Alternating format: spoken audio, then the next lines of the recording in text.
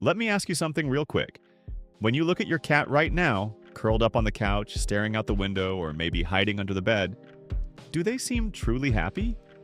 Or do they just seem okay? Most of us are doing things every single day that we think are completely normal. Some of them we even do because we love our cats so much. But they're actually stressing our cats out in ways they can never tell us. And the scariest part? Your cat isn't going to scream or destroy the house like a dog would. They just quietly shut down. And we mistake that for being a cat. If you've ever wondered why your cat sometimes seems sad, distant, or like they're not the playful kitten they used to be, stick with me. Today I'm breaking down the 6 most common everyday mistakes almost every cat owner makes. Let's start with number 6. Number 6, and this one surprises a ton of people, leaving them alone for way too long every single day. We've all heard it a million times. Cats are independent. They don't need constant attention. That's one of the biggest myths in the entire cat world, and it's quietly hurting millions of cats. The truth is, cats form super deep emotional bonds with us, just like dogs or even human babies do. When you head out for work at 8 a.m. and don't get back until 7 or 8 at night, your cat isn't just napping the whole time. They're waiting. They notice every single hour you're gone. Imagine this. You come home exhausted, kick off your shoes, and your cat slowly walks over. But instead of the happy zoomies you expect, they just give you a slow blink and walk away. That's not them being aloof. That's them protecting their heart because they've learned you disappear for half the day. Over time, this can turn into anxiety, depression, over-grooming, not eating as much, or even litter box issues. They suffer in silence because that's what cats do. They don't bark or chew your furniture to get your attention. The good news? You don't have to quit your job. Small changes make a massive difference. Before you leave in the morning, scatter a few puzzle feeders or new toys around the house so they have something fun to discover. Open the curtains or set up a cozy window perch so they can watch birds and squirrels. It's free entertainment. And here's my favorite trick. Leave an old sweatshirt with your scent on it in their favorite spot. When you finally walk through the door, don't rush to the fridge or your phone. Drop everything, sit on the floor for 5 full minutes, and just be present. Talk to them, play with them, let them rub all over you. You'll be shocked how fast their whole personality comes back. Trust me, once you start doing this, your cat will start running to the door when you get home instead of hiding. And if that doesn't melt your heart, nothing will. Alright, moving on to number 5. Something so simple most of us never even think about it. Where you're hiding the litter box. Be honest with me right now. Is your litter box stuffed in a dark corner behind the washing machine in the basement? Or crammed into a tiny closet so it doesn't ruin your decor? I used to do the exact same thing until I realized I was turning my cat's bathroom into a horror movie set. Cats are both tiny predators and prey animals at the same time. When they're in the litter box, they're at their most vulnerable. Squatting, distracted, zero escape options. They need to feel safe. They need to see what's coming and know they can bolt if they have to. A box hidden in a tight, dark, dead-end spot triggers every survival instinct they have. That's why so many cats suddenly start peeing on your bed or in the corner of the living room. It's not spite, it's fear. They literally feel trapped every time nature calls. Here's what to do instead. Move at least one box into an open, quiet area where they can see the whole room. Think hallway corner with a clear view, or even a spare bedroom with the door propped open. And never forget the golden rule. 1 box per cat plus 1 extra. Got 2 cats? You need 3 boxes in different parts of the house. Clean them every single day, yes, every day, and change the litter completely once a week. Do this for 2 weeks and I promise you'll see fewer accidents and a much more confident cat. Number 4.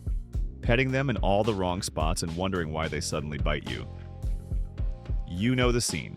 You're watching TV, your cat jumps on your lap, rolls over and shows you that soft, fluffy belly like they're saying, "Go ahead." So you reach in for the rub, and 3 seconds later, chomp. They're gone and you're sitting there confused like, What did I do? Here's the secret almost nobody talks about. That belly flip isn't an invitation for a belly rub. It's actually the highest compliment a cat can give you. It means they trust you completely, but their skin is packed with way more nerve endings than a dog's. And what feels amazing for the first few strokes can turn into overwhelming overstimulation super fast. It's like someone tickling you after you've already said stop. Your body just reacts. The safe zones that cats actually love? Gentle strokes on the cheeks, around the base of the ears, under the chin, and along the forehead. Those are the spots that make them purr and lean in. The danger zones? The belly, the base of the tail, and long strokes all the way down the back. That's where stress spikes instantly. Next time you're petting your cat, pay attention to their body language.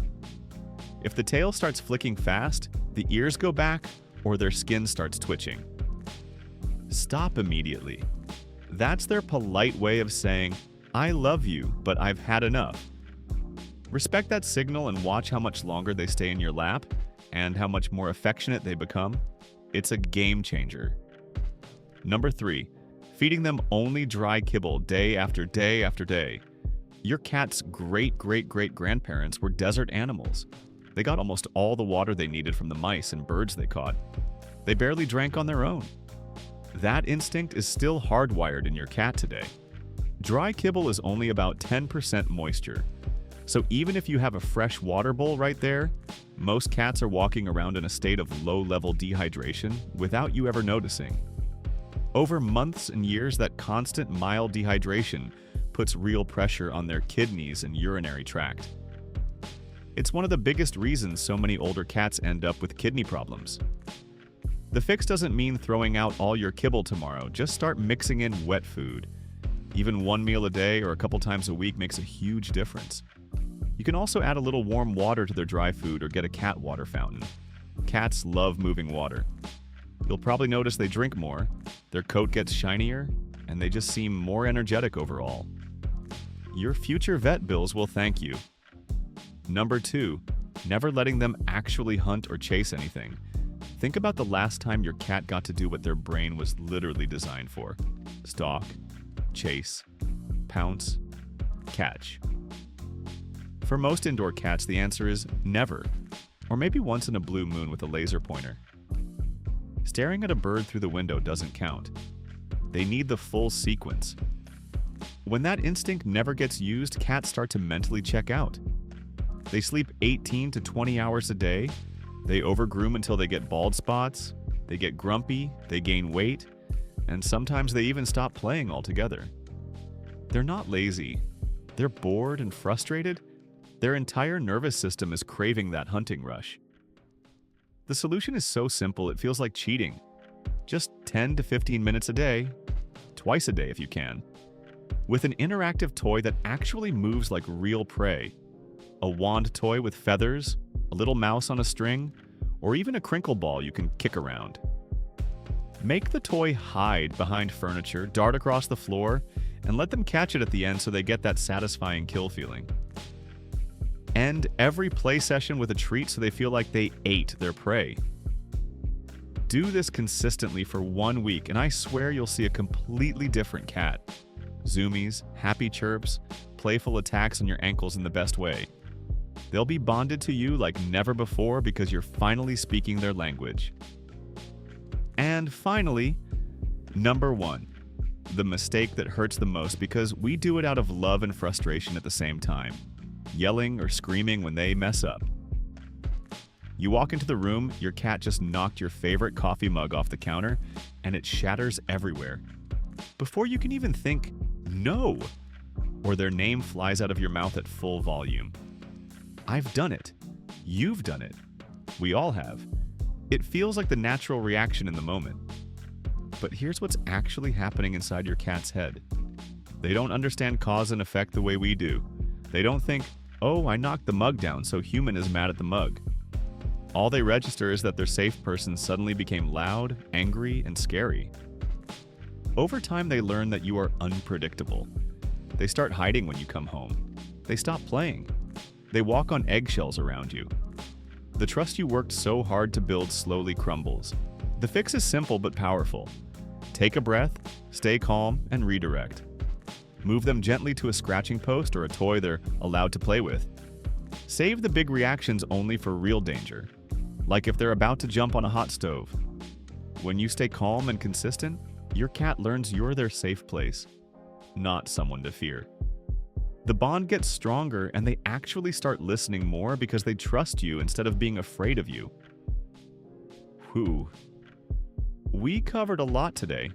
6 everyday things that might be quietly stressing your cat out right now.